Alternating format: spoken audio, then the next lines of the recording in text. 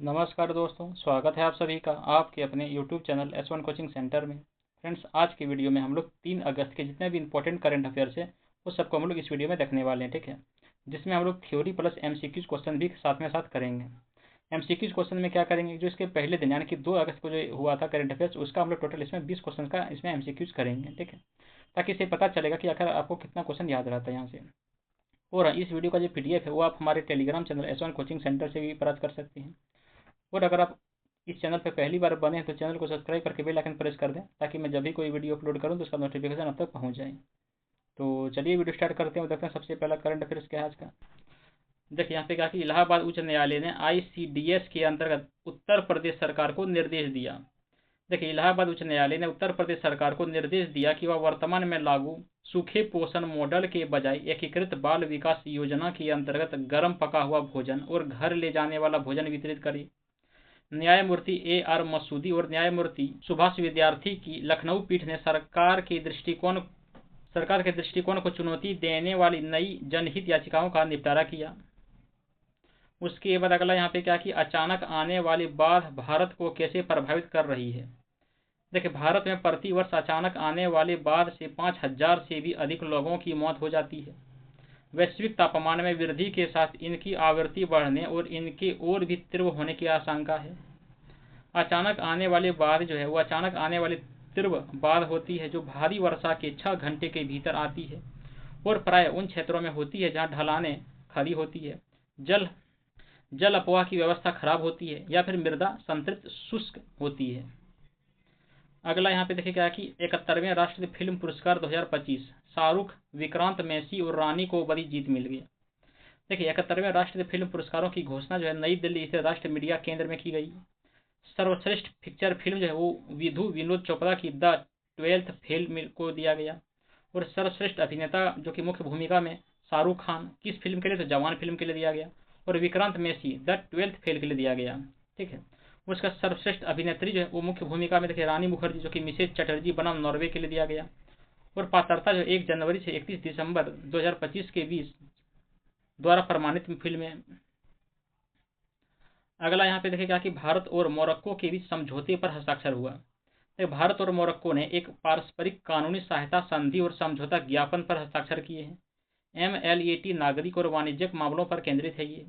इसमें देखिए कानूनी विशेषज्ञता, प्रशिक्षण और अनुसंधान का आदान प्रदान भी शामिल है। वार्षिक सहयोग कार्यक्रमों की योजना बनाने के लिए एक संयुक्त समन्वय समिति का गठन किया जाएगा।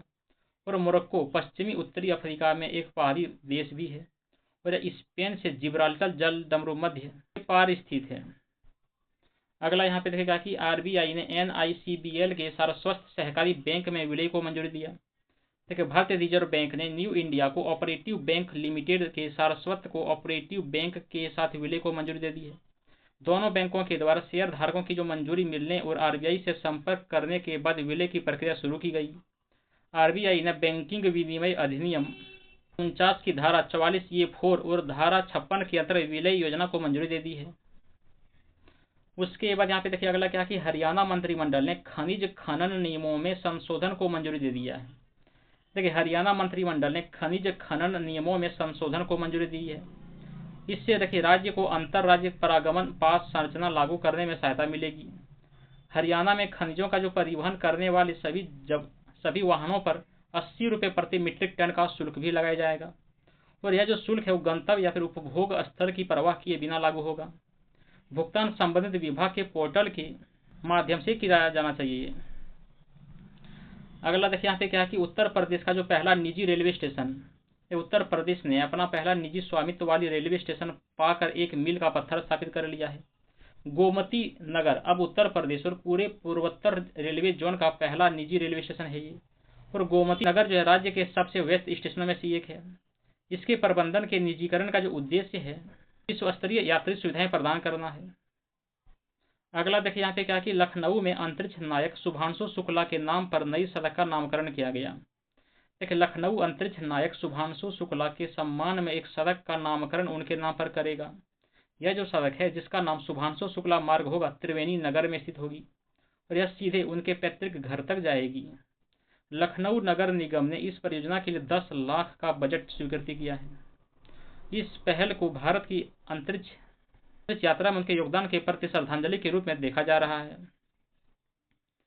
उसके बाद अगला देखिए यहाँ पे क्या कि ऑपरेशन अखल, जम्मू कश्मीर के कुलगाम में मुठभेड़ में आतंकवादी मारा गया।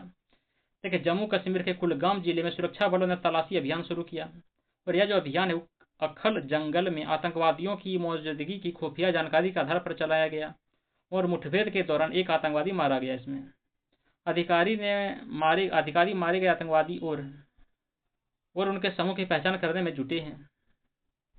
उसके बाद देखिए यहाँ पे कहा कि भारतीय महिला पहलवानों ने अंडर 17 विश्व चैंपियनशिप में 5 पदक जीते। देखिए एथेंस में 2025 अंडर 17 विश्व कुश्ती चैंपियनशिप में भारतीय महिला पहलवानों ने कुल 5 पदक जीते, 2 स्वर्ण पदक, 2 रजत पदक और एक कांस्य पदक जीते। रचना ने महिलाओं की 43 केजी फ्रीस्टाइल स्पर्धा में चीन की सीन हुआंग को 3-0 से हराकर भारत के लिए पहला स्वर्ण पदक जीता और अश्विनी बिश्नोई ने 65 केजी वर्ग में उज्बेकिस्तान की मुखियो राखी मजोनोवा को 3-0 से हराकर स्वर्ण पदक जीता। उसके बाद अगला यहाँ पे कहा कि पुतिन ने सरकार को रूस की हाई स्पीड रेल योजना विकसित करने का आदेश दिया। देखिए रूसी राष्ट्रपति व्लादिमीर पुतिन ने हाई स्पीड रेल नेटवर्क के लिए एक रोड मैप तैयार करने का निर्देश दिए हैं। यह जो रोड मैप हो 31 मार्च 2026 तक तैयार किया जाना है। राष्ट्रीय धन कोष से 300 अरब रूबल का प्रारंभिक कोष आवंटित किया जाएगा इसमें। और यह जो परियोजना हो Moscow Saint Petersburg high speed rail line पर केंद्रित है, जो रूस की पहली हाई स्पीड रेलवे है। उसके बाद अगला क्या है कि बांग्लादेश की पहली राष्ट्रीय एमपीआई ने बाढ़ गरीबी का खुलासा किया। ठीक है, ये यूनिसेफ का कहना है। देखिए बांग्लादेश ने यूनिसेफ और यूरोपीय संघ के द्वारा समर्थित अपना पहला राष्ट्रीय बहुआमी गरीबी सूचकांक जारी किया है और 28.9% बच्चे बहुआमी गरीबी में रहते हैं, जबकि 21.44% जो वयस्क बहुआमी गरीबी में रहते हैं। बच्चों में जो वयस्कों की जो तुलना में बहुआमी गरीबी से पीड़ित होने की जो संभावना हो 35% अधिक होती है और बांग्लादेश में 39 मिलियन से भी अधिक लोग बहुआमी गरीबी में रहते हैं। उसके बाद देखिए यहाँ पे क्या कि मेधा रूपम नोएडा की पहली महिला जिलाधिकारी बन गई। मेधा रूपम नोएडा जो कि गौतम बुद्ध नगर की पहली महिला जिला मजिस्ट्रेट बन गई है। वह जो है 2014 बैच की आईएएस अधिकारी हैं और उन्होंने ग्रेटर नोएडा के सूरजपुर स्थित कलेक्ट्रेट कार्यालय में कार्यभार संभाला है और उन्होंने मनीष कुमार वर्मा का स्थान लिया है। ठीक है, जिन्हें प्रयागराज के डीएम के पद पर हस्तांतरित किया गया है। और मेधा जो है एक राष्ट्रीय स्तर की राइफल शूटर हैं जिन्होंने केरल राज्य शूटिंग चैंपियनशिप में 3 स्वर्ण पदक जीते हैं। उसके बाद अगला क्या है कि नैनीताल में गांधी व पंत की मूर्तियों के हस्तांतरण को उत्तराखंड में एचसी की अनुमति। देखिए उत्तराखंड उच्च न्यायालय ने नैनीताल जिला प्रशासन को पर्यटन नगरी में महात्मा गांधी और गोविंद बल्लभ पंत की प्रतिष्ठित प्रतिमाओं को उनके मौजूदा स्थानों से हस्तांतरित करने की अनुमति दे दी है। न्यायालय ने कहा है कि क्षेत्र में भेदभाव कम करने और यातायात संबंधी समस्याओं के समाधान के लिए यह जो हस्तांतरण है वो आवश्यक है। इसमें देखिए भेदभाव कम करने और पैदल यात्रियों की आवाजाही को सुधार करने में मदद मिलेगी। उसके बाद अगला देखिए यहाँ पे क्या कि भारत की पुलिस को डर्टी हैरी के साये से बाहर निकालना होगा। देखिए भारत में जो पुलिस व्यवस्था को नए सिरे से स्थापित करने का समय आ गया है, जहां भय, दबाव और त्वरित न्याय के भ्रम की जगह मानवीय गरिमा और व्यावसायिकता ले ली है। भारत की जो पुलिस व्यवस्था अभी भी 1861 के पुलिस अधिनियम के द्वारा संचालित है, जिसे अंग्रेजों ने असहमति को दबाने और साम्राज्यवादी हितों की रक्षा के लिए बनाया था। 2018 से 23 के बीच 687 से ज्यादा हिरासत में मौतें हुआ, लगभग 2-3 मौतें जो प्रति सप्ताह ये दर्ज की गई है। उसके बाद अगला देखिए यहाँ पे क्या कि तमिलनाडु की ट्रांसजेंडर नीति और हिंदू उत्तराधिकार अधिनियम 1956।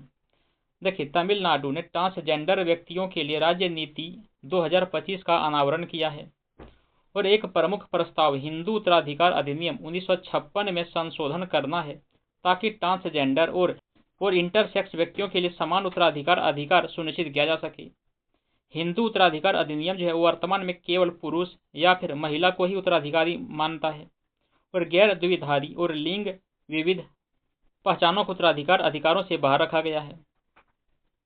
उसके बाद अगला देखिए यहाँ पे क्या कि एशिया रग्बी अंडर 20 चैंपियनशिप के शुभंकर का अनावरण किया गया। देखिए बिहार के मुख्यमंत्री नीतीश कुमार ने एशिया रग्बी अंडर 20 चैंपियनशिप के शुभंकर का अनावरण किया और यह जो चैंपियनशिप है वो 9 से और 10 अगस्त को राजगीर स्पोर्ट्स कॉम्प्लेक्स में आयोजित की जाएगी। यह पहली बार है जब यह आयोजन है वो बिहार में हो रहा है। इसमें देखिए सिर्फ 8 एशियाई देशों की पुरुष और महिला टीमें भाग ले लेगी। देखिए शुभंकर अशोक नाम का एक खरगोश खरगोश है जो रग्बी एक प्रमुख विशेषता चपलता का प्रतीक है। उसके बाद अगला देखिए यहाँ पे क्या है कि महाराष्ट्र राखी पर लड़की बहन योजना के तहत 1500 जुलाई सहायता मिलेगा। देखिए महाराष्ट्र के एक मंत्री ने घोषणा की है कि लड़की बहन योजना के अंतर्गत जुलाई की 1500 की किस्त जो है वो रक्षाबंधन की पूर्व संध्या पर 8 अगस्त को वितरित की जाएगी। और इस योजना को आधिकारिक तौर पर मुख्यमंत्री मांझी लड़की बहन योजना के नाम से जाना जाता है। यह जो राशि है वो प्रत्यक्ष लाभ अंतरण के माध्यम से पात्र महिला लाभार्थियों के बैंक खातों में हस्तांतरित की जाएगी। उसके बाद अगला देखिए यहाँ पे क्या है ऑपरेशन मुस्कान, ठीक है। और ये ऑपरेशन मुस्कान जो कितना नंबर का है तो 11 नंबर का है, जो कि तेलंगाना पुलिस ने 7600 बच्चों को बचाया इसमें। देखिए तेलंगाना पुलिस ने जुलाई में राष्ट्रव्यापी बाल बचाओ अभियान ऑपरेशन मुस्कान 11 के तहत 7613 बच्चों को बचाया है। इनमें से देखिए 529 जो है वो लड़कियां थी। और महिला सुरक्षा शाखा ने इस अभियान का जो नेतृत्व किया और निम्न के साथ समन्वय किया। कौन कौन सा देखिए महिला विकास एवं बाल कल्याण विभाग, श्रम विभाग और स्वास्थ्य अधिकारी, गैर सरकारी संगठन और बाल संरक्षण इकाइयां। उसके बाद अगला देखिए यहाँ पे क्या कि महाराष्ट्र सरकार ने गोविंदाओं के लिए बीमा कवरेज की घोषणा किया।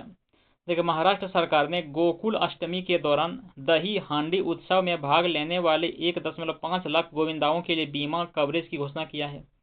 और बीमा लागत सरकार के द्वारा ओरिएंटल इंश्योरेंस कंपनी के माध्यम से वहन की जाएगी। अब प्रतिभागी जो प्रीमियम कितना है तो 75 रुपये है। और कुल आवंटित राशि जो खेल विकास कोष से 1.12 करोड़ है। और यह जो पहल है वो गोविंदाओं की सुरक्षा के लिए है। अगला देखिए यहाँ पे क्या कि नितिन गडकरी को 43वें लोकमान्य तिलक राष्ट्रीय पुरस्कार से सम्मानित किया गया। देखिए केंद्रीय मंत्री नितिन गडकरी को पुणे में 43वें लोकमान्य तिलक राष्ट्रीय पुरस्कार से सम्मानित किया गया। और यह जो पुरस्कार है लोकमान्य तिलक स्मारक ट्रस्ट के द्वारा राष्ट्रीय प्रगति में उल्लेखनीय योगदान के लिए प्रदान किया जाता है। और इस पुरस्कार में देखिए 1 लाख रुपए की नगद राशि और एक प्रशस्ति पत्र भी शामिल होता है। और इस पुरस्कार की स्थापना कब हुआ था तो 1983 ईस्वी में स्थापना हुआ था, ठीक है। तो तिलक स्मारक मंदिर ट्रस्ट द्वारा बाल गंगाधर तिलक, जिन्हें लोकमान्य तिलक के नाम से भी जाना जाता है, के सम्मान में की गई थी इसका स्थापना। उसके बाद अगला देखिए यहाँ पे क्या कि बिहार के मुख्यमंत्री ने सहायक कर्मचारियों का मानदेय जो है दोगुना करने की घोषणा किया है। देखिए बिहार के जो मुख्यमंत्री है नीतीश कुमार ने सरकारी स्कूलों में सहायक कर्मचारियों के मानदेय में वृद्धि की घोषणा किया है। इसमें देखिए रसोईया, रात्रि प्रहरी और शारीरिक शिक्षा एवं स्वास्थ्य प्रशिक्षक ये सभी शामिल होंगे।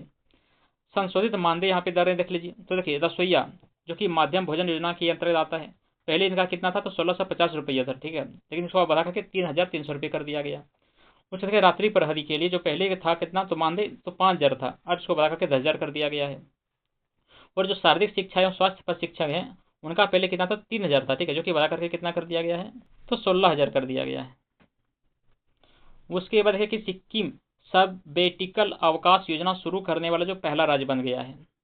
देखिए जो सिक्किम है वो भारत का पहला राज्य बन गया है जिसने औपचारिक विश्राम अवकाश योजना जो कि अगस्त 2023 में शुरू हुआ था, इसका शुरू किया गया है। और इस योजना के अंतर्गत कम से कम 5 वर्ष की जो निरंतर सेवा वाले नियमित सरकारी कर्मचारी को 365 से 1080 दिनों की छुट्टी लेने की अनुमति दिया गया है, जिसमें उन्हें अवकाश अवधि के दौरान मूल वेतन का 50% ही प्राप्त होगा।